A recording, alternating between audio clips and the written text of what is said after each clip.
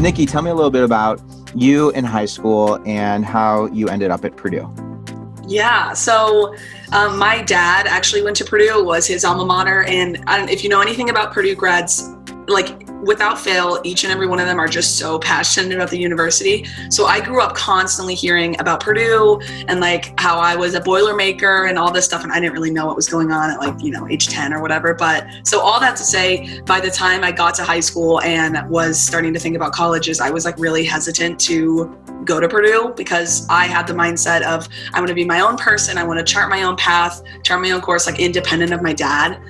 Also in high school, I was very much like I was lucky enough to be able to go to the same school system all throughout kindergarten through my senior year. And I had a really close, tight-knit group of friends that some of which I had known since first grade.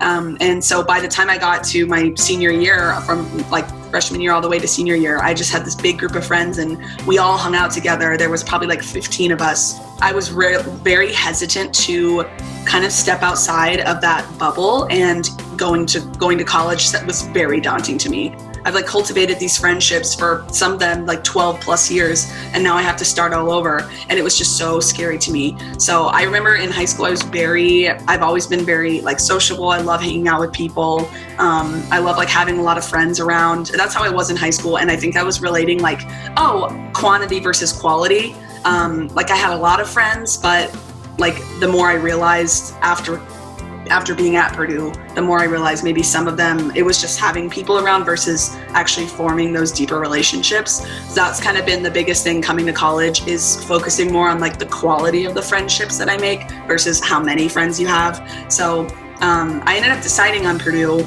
Like I went on my on-campus tour.